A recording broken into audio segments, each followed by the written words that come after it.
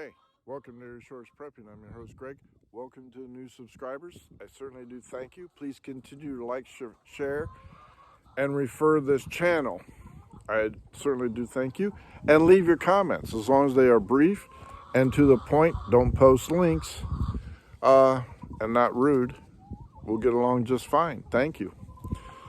A lot of things happen around the world that can and would influence how you prepare depending on what you are in preparation for. Let's get started.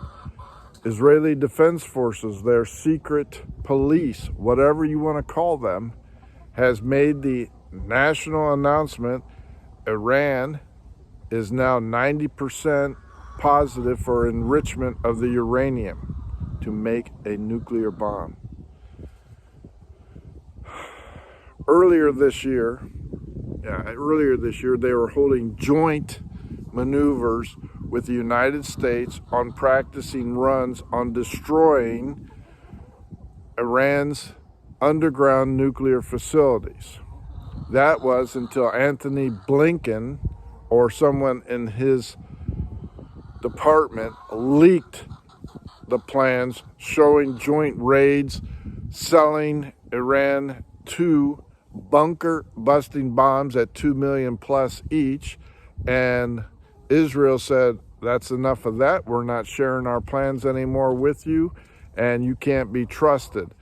Israel has now re-elected Benjamin Netanyahu, the previous prime minister, who said they will never be allowed to get a nuclear bomb, and we will take action before that happens. Well, at 90%, it is a nuclear bomb. I would definitely look for Israel to take action militarily once Netanyahu forms his cabinet. That could happen at any time. Be prepared for that. There will be consequences for that.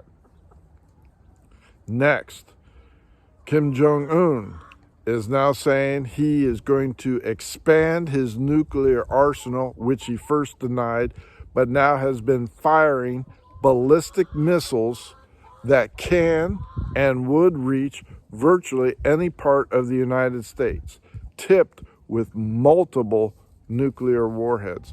What is the United States doing about that? Zero. A big, fat goose egg. Nothing. And he is proceeding unabated.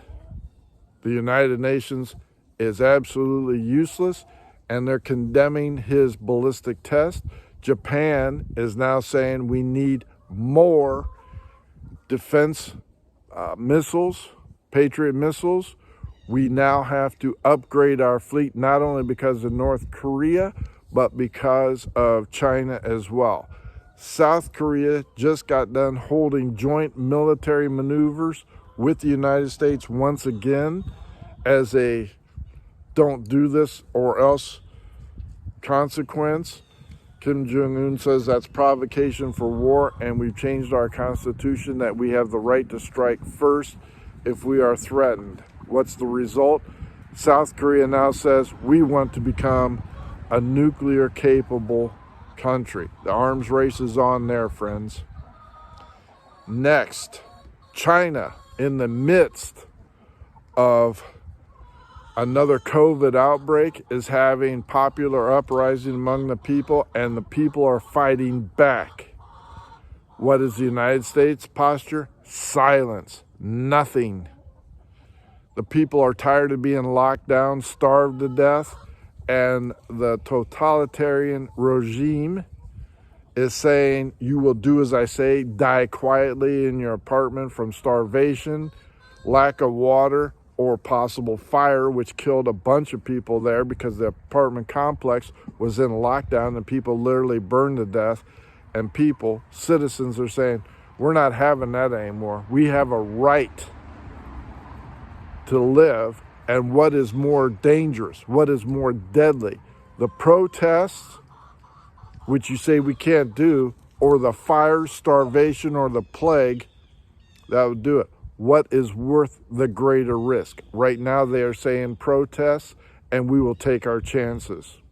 As a result, Xi Jinping has mobilized more police, more military, and has started mass expansion per satellites of internment camps.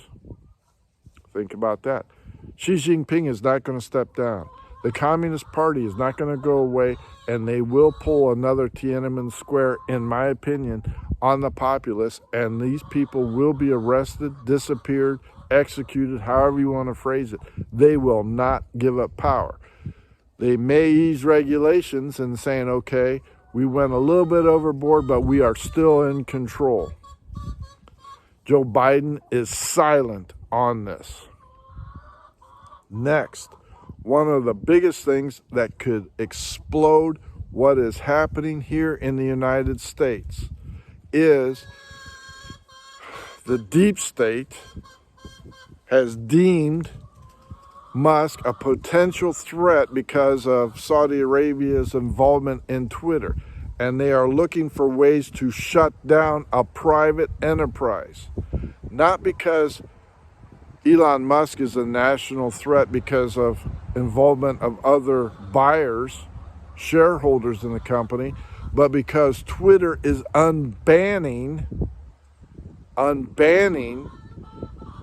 Twitter accounts that held information about the plague, Fauci, the conspiracy between the government and social media to abridge our First Amendment rights. That is huge.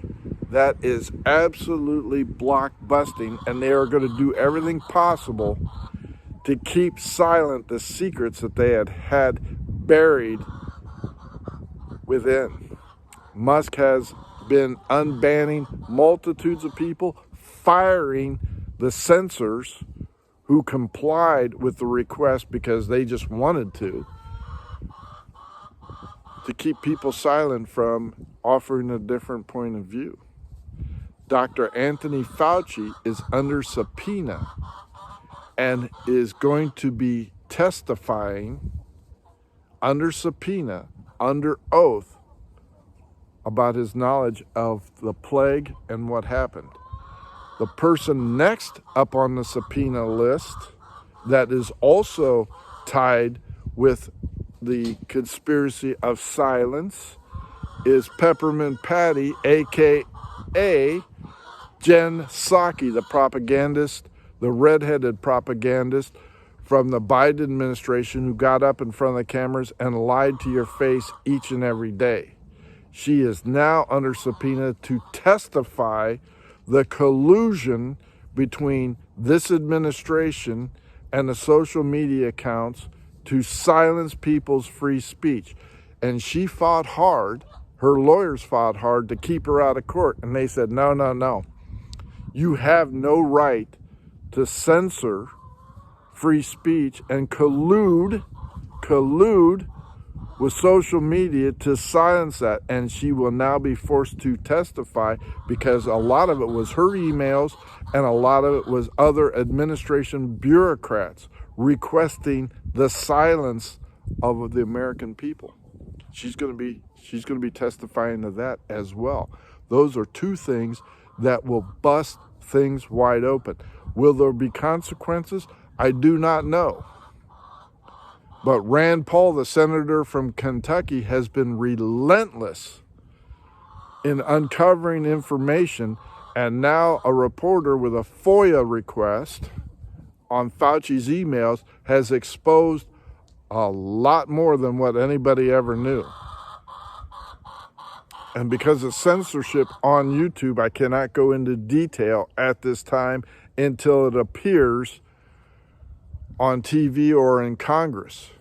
And they have made it a point saying, just because Fauci is going to retire with the biggest pension anybody in government has ever seen or heard of or had, that is not going to keep him from testifying before us after the first of the year.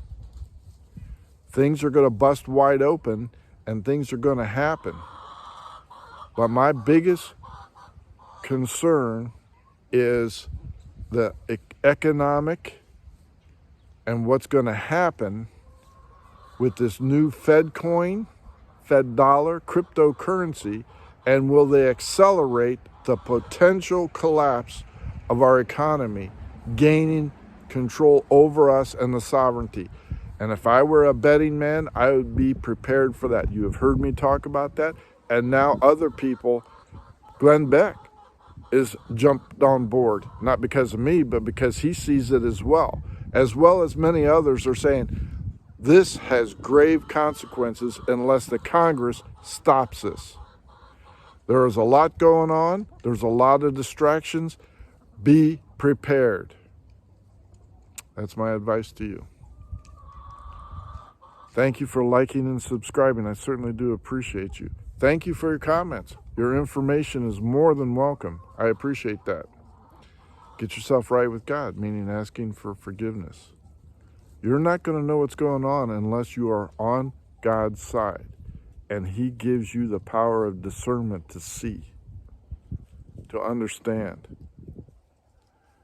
Get submerged, baptized in the name of Jesus Christ. Greg out.